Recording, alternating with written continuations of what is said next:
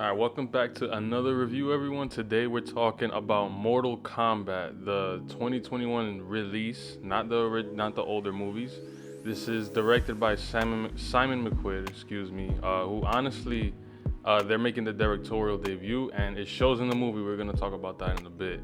But yeah, in our cast we have Louis Tan as a new protagonist, which is Cole Young, Joe Taslim playing the iconic character Sub-Zero, Hiroyuki Sanada, one of the greats, honestly, in my opinion, playing Scorpion, Ludi Lin playing Liu Kang, and Josh Lawson playing Kano.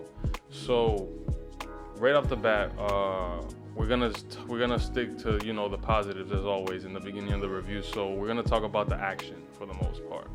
The action in the movie, from the beginning of the movie, in the scene where Hiroyuki Sanada is with his family and he gets ambushed pretty much. Well, his family gets ambushed and eventually killed by Sub-Zero. You see what the action is gonna be like from the jump. Like I enjoyed the fights. If you do try to break it down or get too technical, you're gonna see some stuff that's just like, okay, that seemed like it didn't make much sense, and I'll show some examples. But the action was great, and even from the trailers, that's the thing. Like from the trailers, the action that they did show there, even though they showed a lot of the serious moments, like Jax losing his arms, or and Scorpion saying get over here, they were shown in the trailer already, so not much to see in the movie, and we'll get to that as well. But the action scenes themselves and the fights, they were entertaining enough. Like you can watch it and just turn your brain off and enjoy it for the most part. And that's one thing about the movie, that the action was good, but it's also it's held back by some of the choices in those action scenes, like when we talk about them getting their arcanas later on and whatnot. But yeah, positive, definitely the action in the movie, it was entertaining as well. And for other positives, the CGI, maybe, honestly, CGI was okay as well. A lot of blood. Some people complain, it's a little too much blood, but it is Mortal Kombat. What do you expect? But a lot of blood in there, a lot of gore. Definitely later on in one of the fights when somebody gets hit with a fatality, it was nice to see there. But honestly, positives. That's all I can really say, because this movie was a complete 180 from what I expected, and it's honestly because the trailer made it seem very, in a way, grounded. And it seemed like it was doing these characters justice. When I'm talking about Scorpion and Sub-Zero, like their outfits were dope, especially Scorpion's. Like his outfit in the movie was amazing. I thought the fire around him looked really cool. Sub-Zero's, it grew on me a little bit after, but his was dope as well. And I do have to preface this by saying that I'm by no means like a Mortal Kombat diehard. I have played some of the games, but more recently, like I never played any stories. I always play them just to play one-on-one against a friend at a friend's house or anything like that. But I'm not like a diehard. I appreciate it. I know the impact it's had on culture or on fighting games, but I'm not a diehard. But regardless, it doesn't mean I can't enjoy the movie, and I hope a lot of you did, go into the movie with that same train of thought. So yeah, we're gonna talk about, honestly, the story, I guess, first. Like Cole Young in the beginning, he seemed okay enough. He seemed like a nice guy. He seemed interesting for the most part, seeing as he was an MMA fighter, and he wasn't in the best of sorts as far as that career went. Like he was fighting for $200. The MMA fight, it was pretty cool. It was just funny. The advice that his daughter was giving him, like just throw an uppercut and whatnot, like. You can see where the movie was gonna go based off of the writing in this scene. But we wanted to see and give it a good chance, give it its fair shake as always. So his intro was pretty cool. I know a lot of people from the trailer were like, why is this guy in here? Who is this? Is it just a random protagonist? And I understand that gripe from a longtime fan, or even just people who were remotely invested in Mortal Kombat, but I wasn't, so I was like, okay, a new character, let's see what he's all about. But eventually, like, the movie just steps on the gas immediately. Jax shows up, which I have to say, Jax looks like an older brother of John Jones or something like that. They look really similar. And we get a little bit of dialogue with him, a little bit of intro, and we meet him. And right off the bat, Sub-Zero attacks Cole Young, you know, because he has the mark, which is what this movie is all about. If somebody has a mark, then that means that they're a champion of Earth. So, yeah. But yeah, so Jax introduces himself. He gets into a fight with Scorpion, and you know the CGI with Sub-Zero, and the CGI with Sub-Zero was really cool. Like again, that's one thing I gotta say. Like all the ice attacks he did, you know, when it was snowing, and then eventually when we see in this fight scene with Jax when he breaks his arm, which was pretty dope. I know in the games it wasn't Sub-Zero that broke it, but you know, you don't always have to stay with the same story as the source material. So that was cool to see. And then honestly, I don't know why Jax decides to say this right here. Done 6 tours, motherfucker.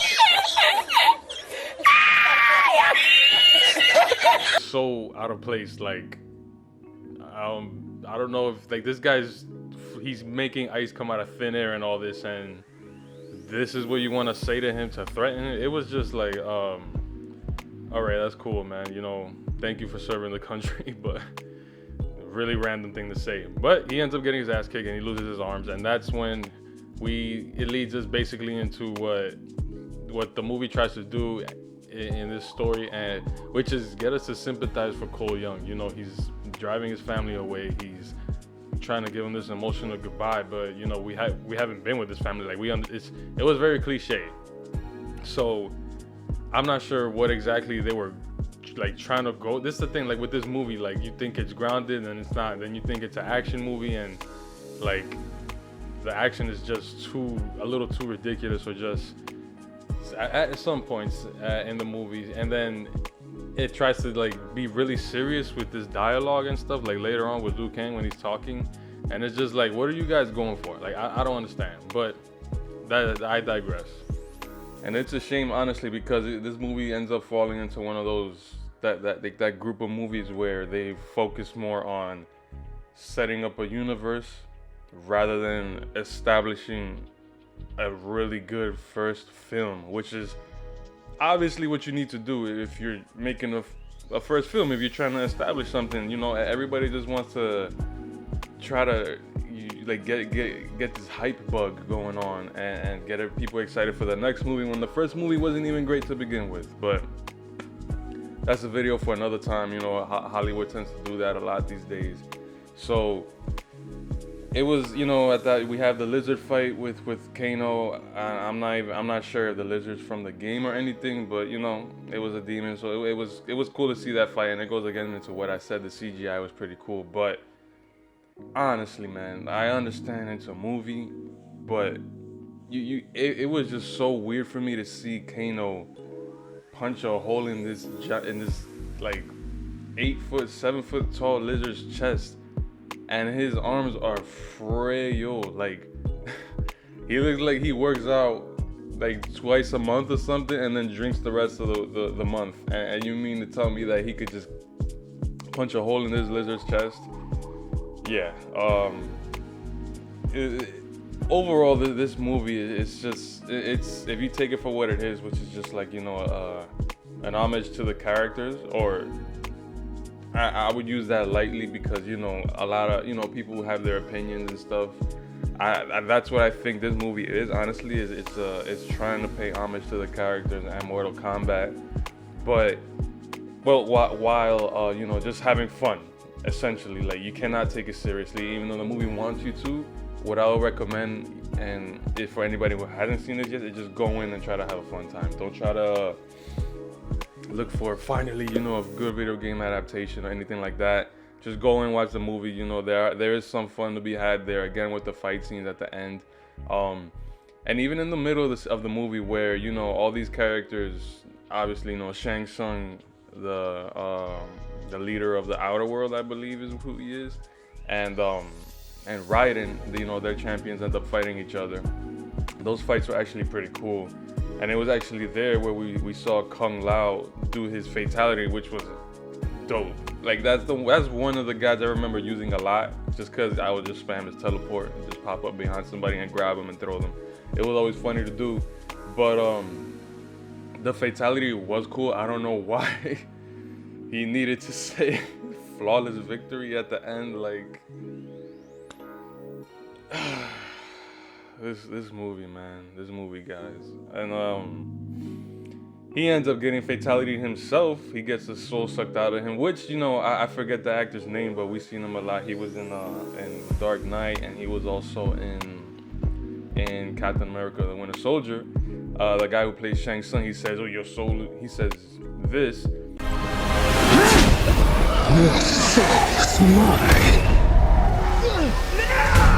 And the delivery is actually pretty good. Like, I liked his attempt, but he didn't have that, you know, menacing feeling that I've seen Shang Tsung have in the games. Because from my understanding is, in the games, he is a real asshole. Like, he does a lot of messed up stuff, and obviously we see that in the movie. And I'm not sure what happened so much in the games, but he's the catalyst for a lot of the bad things that happen. So I thought he was okay, and that's the thing overall. This movie, like, everyone, for the most part, seemed to have tried to give it, you know, a really good effort, but it's only so much you could do when you have writing like this and direction like this.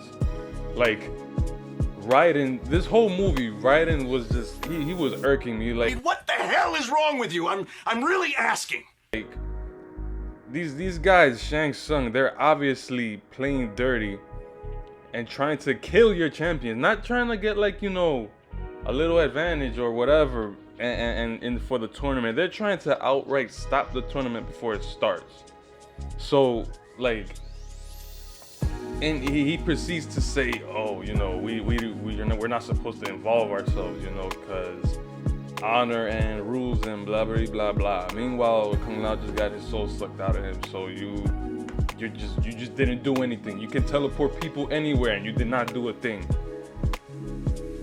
It was at like that point in the movie where initially I was pleasantly surprised, because it was pretty interesting, pretty cool how Kung Lao got killed off.